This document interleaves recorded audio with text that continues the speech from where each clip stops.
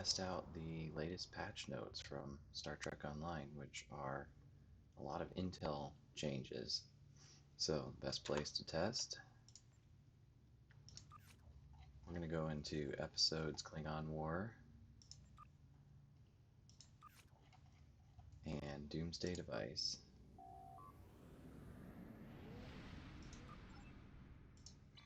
So when we pick that up, just transwarp there.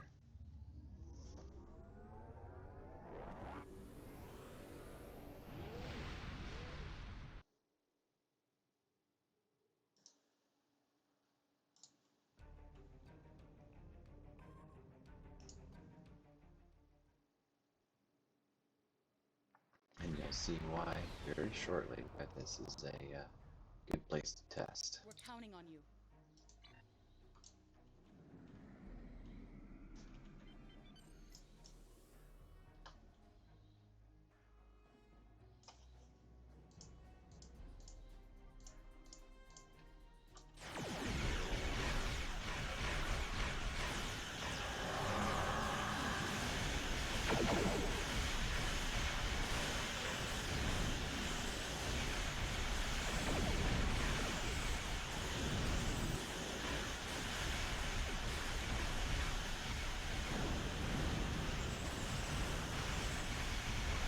Gotta get through these guys first.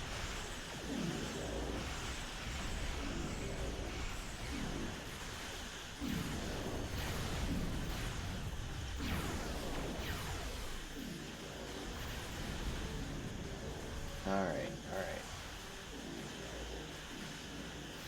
So all this stuff expires out.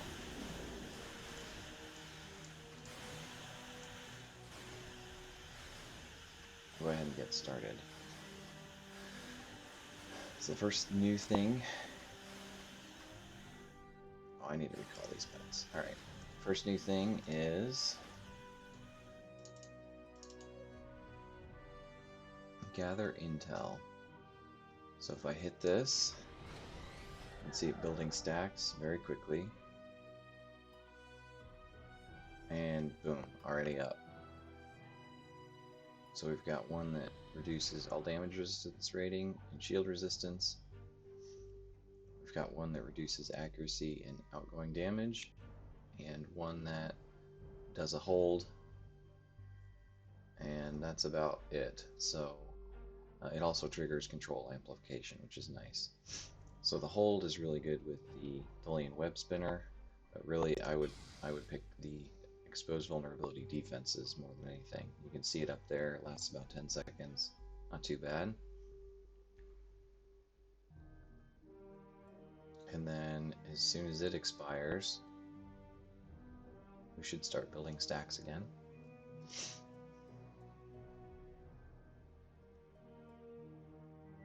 It doesn't look like it's auto building stacks again, which is interesting. Must have some sort of immunity to it.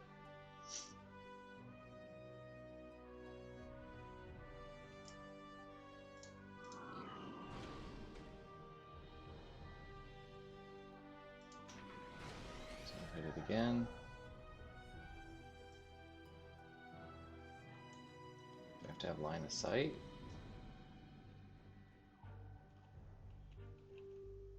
No, interesting, it's not building it again.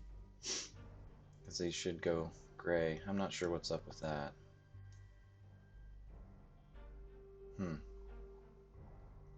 That's very strange. Well, that's fine. It says NPCs no longer have a lockout, but it doesn't look like it's actually working. Okay, you have to be in combat. Okay, that's fine. That's easy enough to do. And now it's vulnerable and I can hit it again. Okay, alright, evade target lock is the next one. So if we go in and switch to that.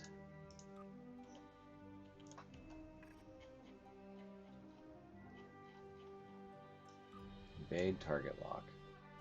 So minus 20% damage, disable, I become untargetable, and it does trigger control amplification.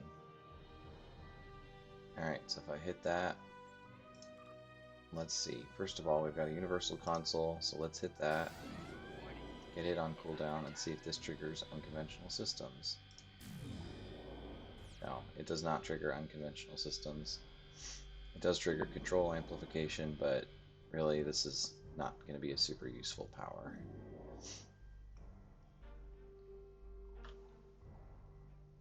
Just to make sure I have unconventional systems. Yeah, I do. Alright. Intel team.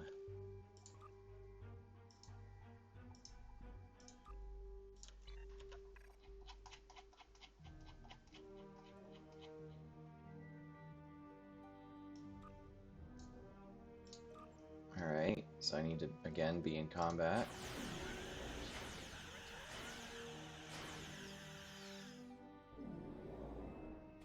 Interesting.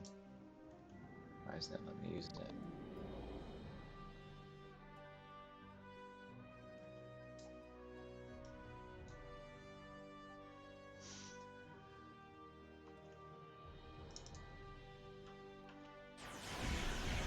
Definitely in combat. Okay, interesting. So I can't use it on gather intel.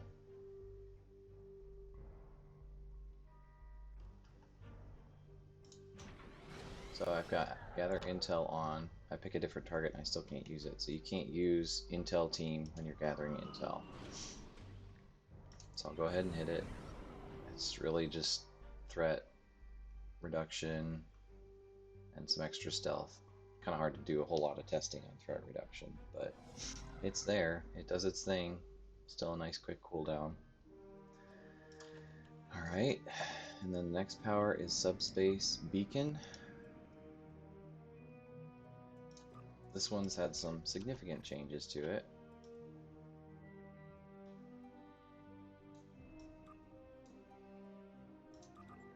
Alright, so I hit Subspace Beacon. You can see a nice little doodad right there. And then once I hit it, I'll go ahead and hit a Bridge Officer power. So you can see, I'll hit Subspace Beacon, and it's an immediate cooldown.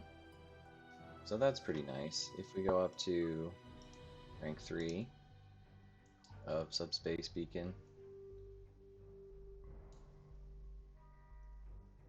I think I don't have that trained. I think I have to go into the skills to see it.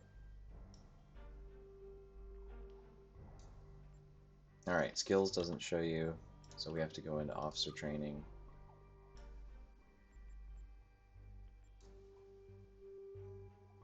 And you can see that the biggest bonus is that it has 30% recharge for bridge officer abilities instead of 15. So it's going to go 15, 22.5, 30 for the 3 different ranks.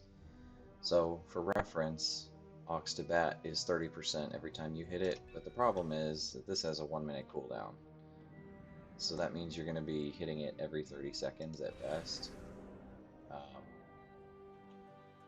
So we're not going to be able to use that for a whole lot.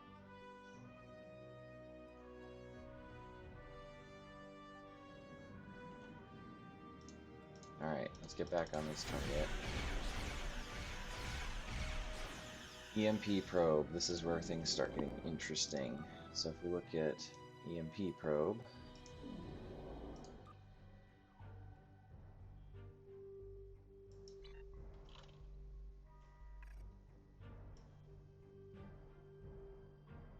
did we not select it? EMP probe, there we go. Alright, so we'll go ahead and pull that down.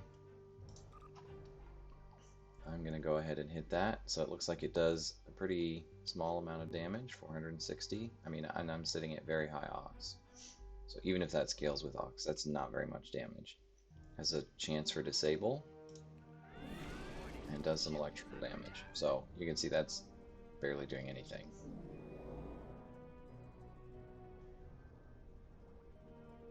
Oh, because it's also non-shield penetrating damage, then it explodes. Alright, so this is like not super exciting. If it survives all 10 seconds, it'll get a pretty long disable.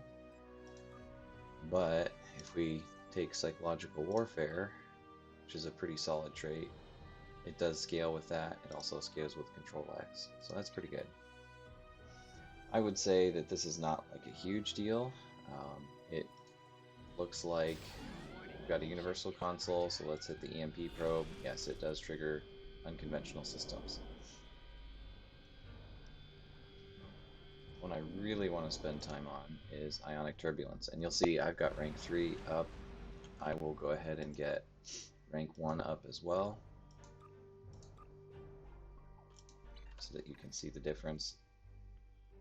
These are a huge difference. So I also want to make sure that we test spore-infused anomalies.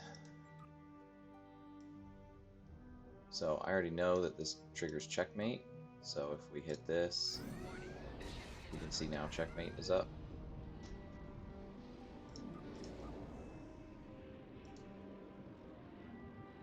Once we get out of combat, we can switch to spore-infused anomalies.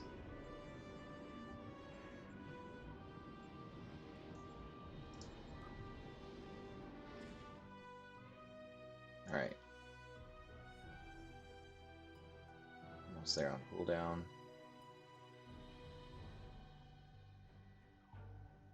Alright. So we fire it. Let's hit another intel power. And it does trigger spore-infused anomalies. So that's another thing to add to this power that's really, really good. We'll hit a science power. Yeah, it also. So it's an anomaly for spore-infused anomalies. It triggers unconventional systems for universal consoles.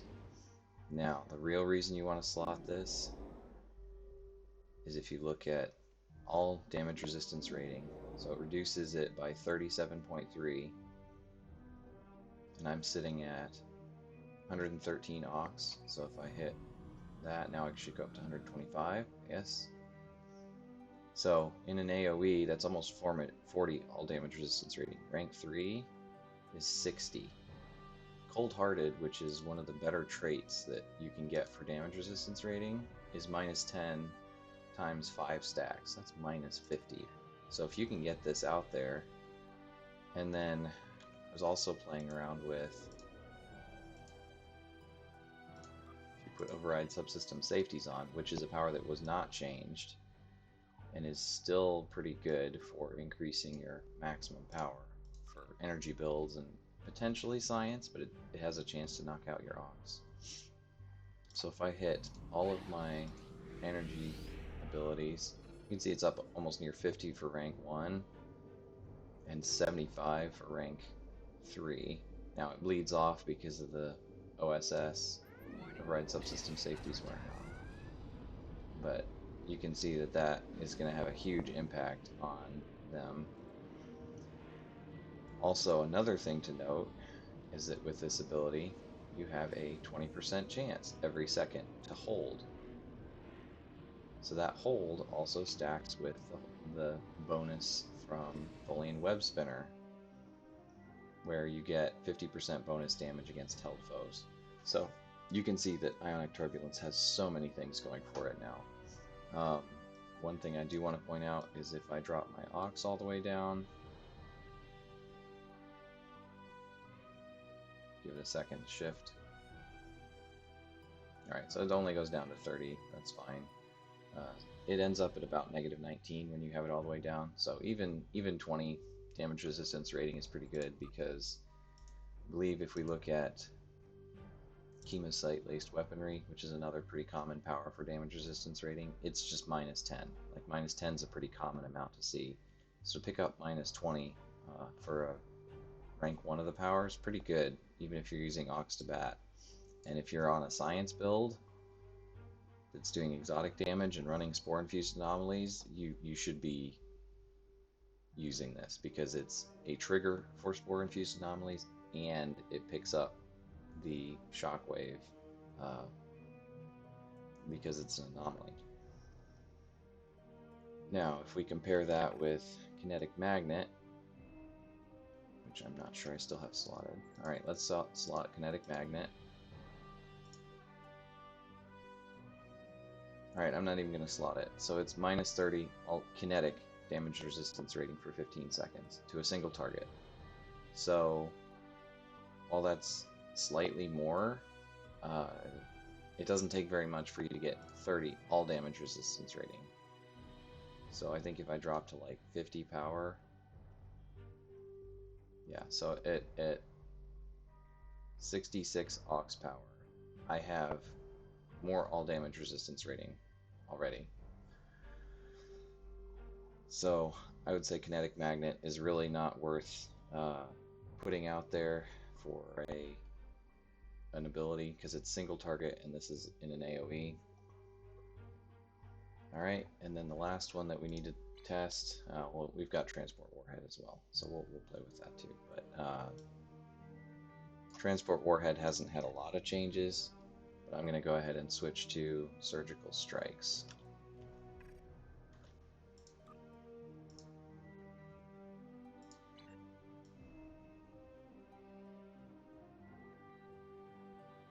So that's weapons.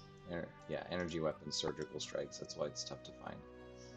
Alright, so we'll put that in here.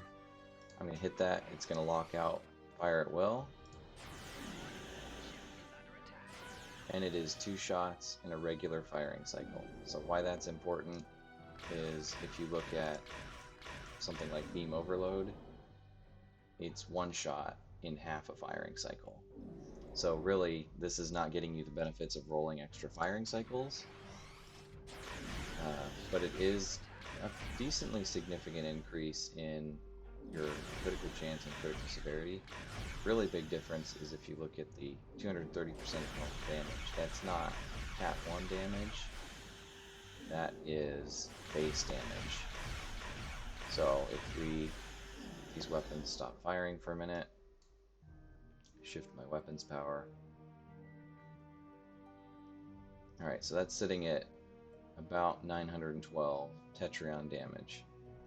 So if I hit this, it's 2098, which is just over twice the damage. If it was Cat 1, I mean, this is a Mark 12 weapon, it would not be jumping up that much. So this is a base damage increase, which is pretty significant.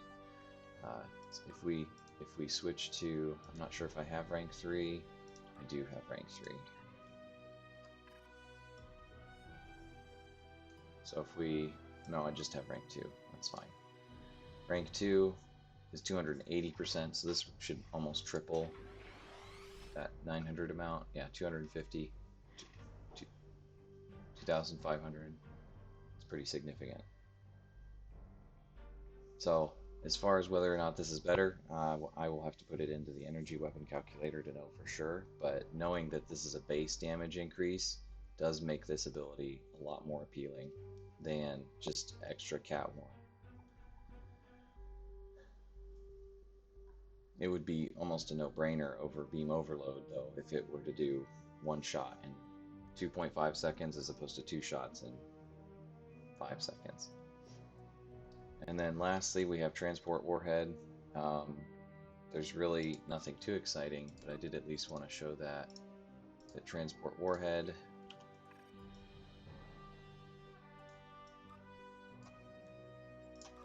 so if I hit Transport Warhead, doesn't have any firing arc, 100% shield penetration, so very little of this has actually changed.